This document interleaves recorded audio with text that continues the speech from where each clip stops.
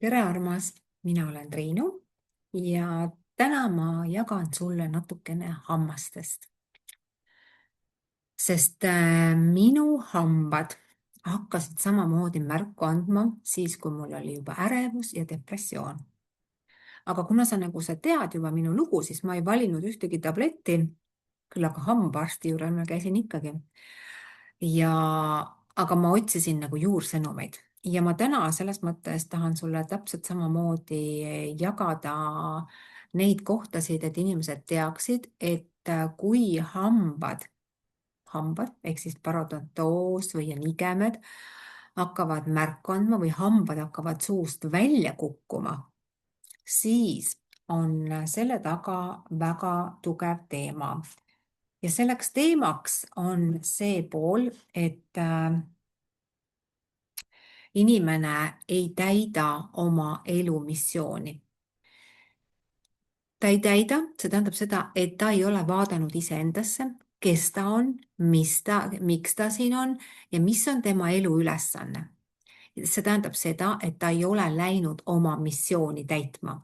Ta on teinud ja elanud täpselt nii, nagu kõik teised on tahtnud. Ta on elanud nii, nagu kõik põlvkonnad, aga ta ei ole enda sees vaadanud ära selle koha, kes ta on, miks ta on ja mis on tema elu missioon. Ja sellest tekib hammaste teema.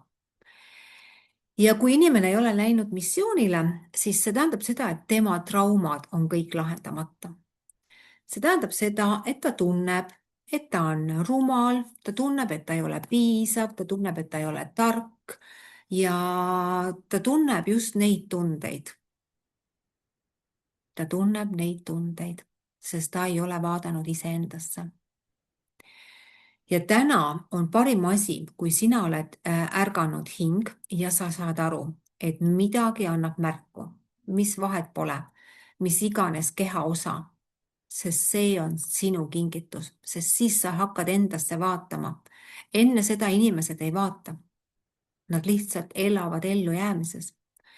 Aga sinu keha ju ei valeta. Nii et hambad on üks nendest kohtadest, mida mina siis olen nii palju tervendanud, et minul on nad suus. Aga minu emal olid juba, ma ei tea, kui vana ta oli, aga 50 ja peale, kus need hambad hakkasid järjest ära kukkuma. Ja lõpuks ta lasi nad kõik välja tõmmata. Aga meil on täna võimalik seda olukorda muuta. Kui sina oled samamoodi ärevuses või depressioonis või on sul hammastega mingi teema, siis on aeg hakata vaatama järgi, kes sa oled, miks sa oled ja mis on sinu missioon. Sest need küsimused sinu sees hakkavad läbi nende küsimuste, hakkad sa enda sisse vaatama ja hakkad neid vastuseid otsima. Alles siis saad sa hakata muutma oma elu ja oma saatust. Ehk siis loen siit ühe koha. Vana-Kreeka müütides esineb 3 saatuse jumalannat, kes ketravad igaüks oma lõnga, mis keerduvad üheks ja moodustavad tugeva saatuse lõnga. 3 teadvuse jõudu, tahtejõud, mõttejõud, tegutsemisjõud asuvad inimese sees ja põimuvad saatuse lõngaks. Inimene loob ise oma saatuse, seda ei määra talle vägisi ükski välisjõud. Tema enda jõud teadmatusest pimedad ketravad ja põimivad neid lõngu, mis teda seovad. Samamoodi aga vabastavad teda tema enda paigaldatud ahelatest tema enda jõud, mida juhib teadmine. Mõttelõng põimitakse vaimseteks ja kõlbelisteks väärtusteks, mis koos moodustavad selle, mida me nimetame iseloomuks. Teiseks lõngaks on tahtejõud, mis avaldub soovina. Ehk siis keha järgneb mõttele ja kordab muutusi selles.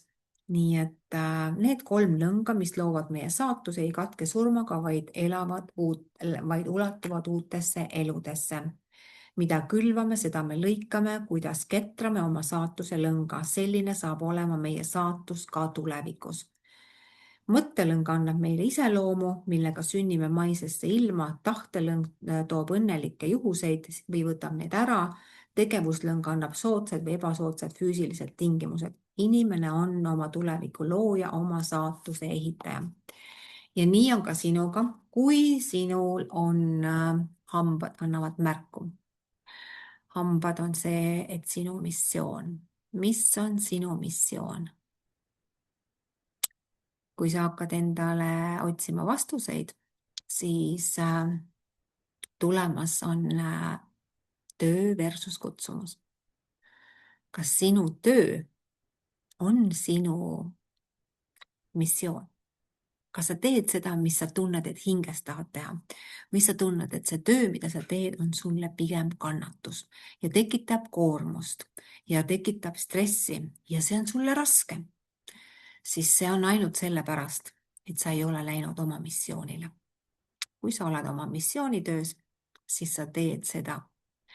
ja sa teed seda kirega, rõõmuga, tingimusteta, sest see annab sulle lihtsalt energiat. see annab sulle energiat, sest sulle meeldib seda teha. nii et kõik on meie enda kätes ja kõike me saame ise muuta. kui sina oled valmis, siis 29. aprill juba hakkame vaatama, mis on minu missioon. mis on minu missioon? ja siis saame vastused. panen siia alla lingi, kui siit kõnetab, võid küsida lisa, kui sa soovid mitmes osas tasuda, siis kirjuta mulle, panen siia alla info, et sa saaksid hakata nägema väärtust iseendast ja võtma vastutuse ja aktiveerima oma eduenergia ja lõpetama enesekaristuse. mina olen Triinu ja olen täna teadusavardaja just nendele, kes otsivad lahendusi, kes otsivad väljapääsu kas ärevusest, depressioonist või mis iganes kannatusest, et näha uusi võimalusi. aitäh sulle, mõnusat päeva!